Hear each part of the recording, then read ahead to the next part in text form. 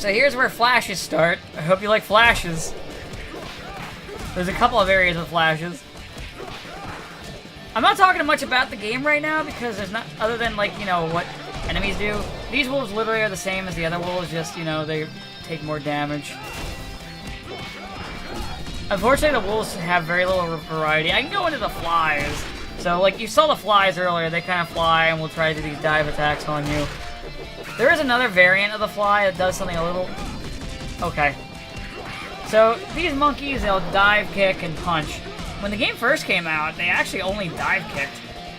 But, I think in one of the updates, they gave them the ability to punch. That or they always had it, and just their... Like, maybe they had their AI touched up a bit, because they touched up the AI on some of the characters versus when the game first launched. To, you know, make them a little bit better.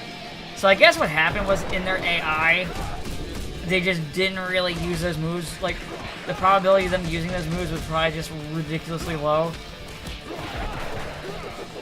The good news is, as they are a new enemy, you don't have to worry about them doing some stupid attack when you're standing right on top of them. They're not one of the enemies that does that. There's only a handful of enemies that do that. Thank God. One of the best ways of dealing with those guys is literally just grabbing them and beating the shit out of them like that. I like that they didn't even call the monkeys like some pun on monkeys. I would have called them like Monk Lee or something. Unless there's already like a Monk Lee.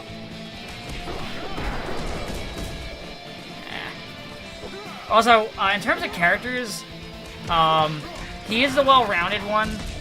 But, so what I've learned for, how you get the characters, the enemies to explode, is it's not, based on how many times you hit them when they die. It's based on damage. What's sucky about that is one of the characters, Gal, no, I'm gonna call her Gale. At least she'll have a name that way. Gale, as I'm gonna call her now, does very, very little damage. She's the you know, the speedy type, but her damage is really bad. So because of that, and her combo potential, I don't think is nearly as good as this guy's. Like he has better combo potential, I find. Because you know, I can just do stuff like that. Like comboing with him is just so natural and easy. So getting the bone burst is just so much easier with him. Where Gale, because she doesn't really, as I keep trying to correct myself and then saying, you know, fuck that, Gale is a better name than Gal. Oh yeah, also if you punch at the right time, you can clash like that. You take damage, but you gain a frame advantage, usually. But, yeah, with Gale, her damage is so pissed that getting a bone break with her is really fucking annoying. I like the little water effect, though. Okay, he's dead. So this is another one of those branching path sections. And, you can see these flies. Flies take the least amount of damage, and they're not, like, terribly annoying. There are ones that are really annoying to just stay up in the air forever and just never come down. And you can't grab them. And they're just annoying. We'll get to them very, very soon. So I'm taking this path because this is the path I find most interesting and most fun. That's all I'm doing. I'm just picking the path that I like the best. And if you don't like it, well, okay, you don't like it. Nothing I can do about that. Like I said, if you want to experience this game for yourself, go for it. This game's fun. What's wrong, guys? You can't beat me? I'm a master ninja. Speaking of ninjas, I really want to... I would like to let's play a Tenchu game one day. Fatal Shadow is my favorite, but I don't know if that would be the first one I go to or not. Just get that, just so I can get some extra points. Boomerang is my favorite weapon because you can use it for combos so nicely. Like, you see that shit? It's great. And he just dropped an apple that I don't need. Okay, these are gonna this one's gonna despawn, so let me grab that one at the very least. Okay, now they're both gonna despawn. Let me just grab them both. There'll be more healing items. Well, there goes my boomerang. I got a little overzealous with my spin kicks.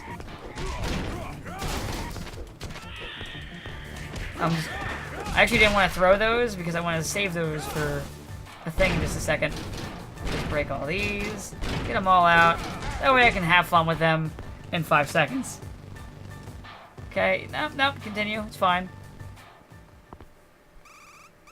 So, okay, guys, I want you to answer to me. This furry character, who's totally not just a reskinned gal. You know, Diane, original the character, do not steal. What animal do you think she's supposed to be a furry version of? I really want you to answer this question for me. Like, if you had to pick an animal that she looks like, what would you say? Any animal. Like, if you want, leave it in the comments. Like, start typing it right now. And just, then, tell me your reaction when I tell you. Okay, so according to her profile, because yes, I read it, because I was morbidly curious, well, I read a lot of them because the lore pages were kind of funny for the animals. And I read hers because I was curious. Also, she's got fucking Rouge the Bat physics. My favorite. Someone's getting off to it. Listen, as much as I'm kind of groaning at this, if you're a furry, you know, just have at it, us. But anyway... I mean, that's probably how you react when it's a human. But anyway, the animal she is, and the animal she is apparently supposed to be, is a squirrel. Yeah! She's apparently a squirrel. I don't see it either. I mean, maybe one of you did, but I sure as hell didn't. Defeated by a mere human. The weird thing, you know, him asking the boss and says, "You really want to die?" So according to her lore page, she has nothing to do with the rebellion. She's just some asshole who lives in the woods and hates it when people just trespass in her woods. So she's not even part of the rebellion. She just attacks you because you're in the woods. But at the same time, she knows where the generals meet. And I don't understand. Like I said, the story of this game is kind of poop. But you can always just skip the story. I'm just showing it for the purpose of the LP. When I play this, I just skip the story. I don't really care for it. I do like this scene, though. Hey, you. Do you have an invitation? Of course I have one. Let me show you. Where is it?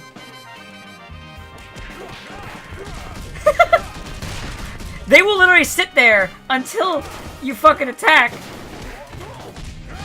So these enemies are annoying because they do that dash punch. You just do that. You just throw you. Ooh, you did that without warning. There we go. At least you didn't. Aha! It's almost like I've played this a lot of times. In fact, I'm actually doing kind of shit for me. I'm bragging and I'm like, wait, this is actually kind of crappy for me. Cancel my invitation. That's something I find funny. Where you get to do that. Only F. Norris by himself gets to do that. I really wish he had a better name. I like his character design. And I like the idea of just some old bastard just going to town on a bunch of fucking mutants and shit. Like, this game has really nice visuals and aesthetics. I like it.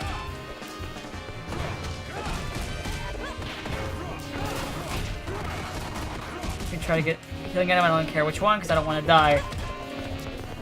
So these, see the one with the hat? He's annoying because he will always be flying and you cannot grab him. He also does more damage. I haven't figured out what's the difference between the red cat and the red cat general man and the green one. There used to be a slight difference between... Oh wait, no, I think I know what it is. I think the red one... So the green ones have a wake-up attack and the red one doesn't. I think that's how it works. I think. Also, I like that spin. And the sound effect too, like it's snapping back into his hand. It's really nice. Like I said, this game is really good. Also, we're gonna learn a new enemy type. I like this jazz. I love it. I love jazz, man. This game has my two favorite genres, jazz and rock. I'm so happy that it has jazz and rock.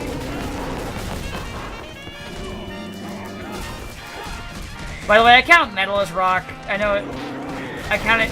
They're similar enough.